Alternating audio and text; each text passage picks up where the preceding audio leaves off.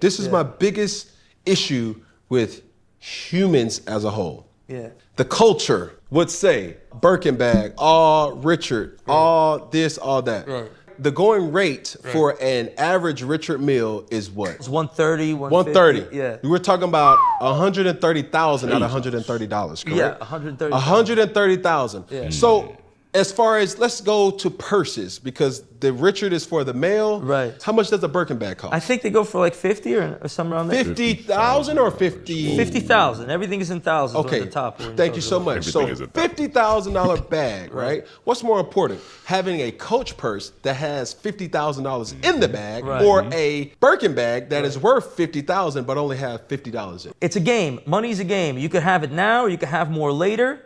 You could tighten your belt. The people that are supposed to be buying Birkin bags for $50,000 are the ones that have money to burn, period. And that's it. So the answer to this question that Cam Newton asked should be pretty obvious, but it really isn't. I mean, you see people walking around day to day with bags that are filled with nothing.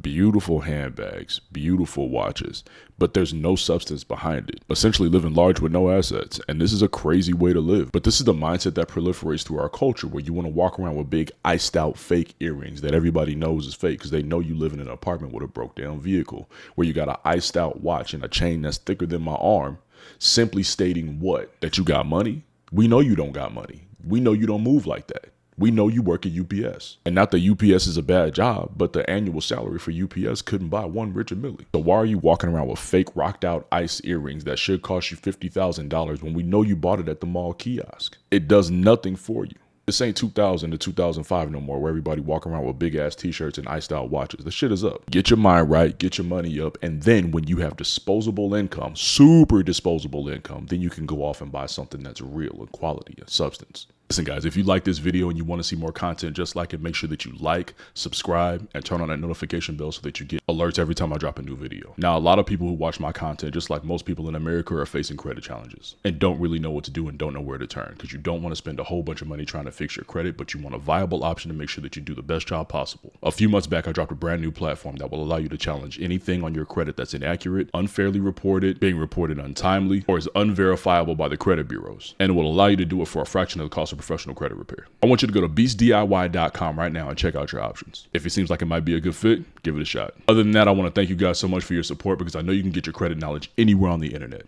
but you're here with me. Be blessed.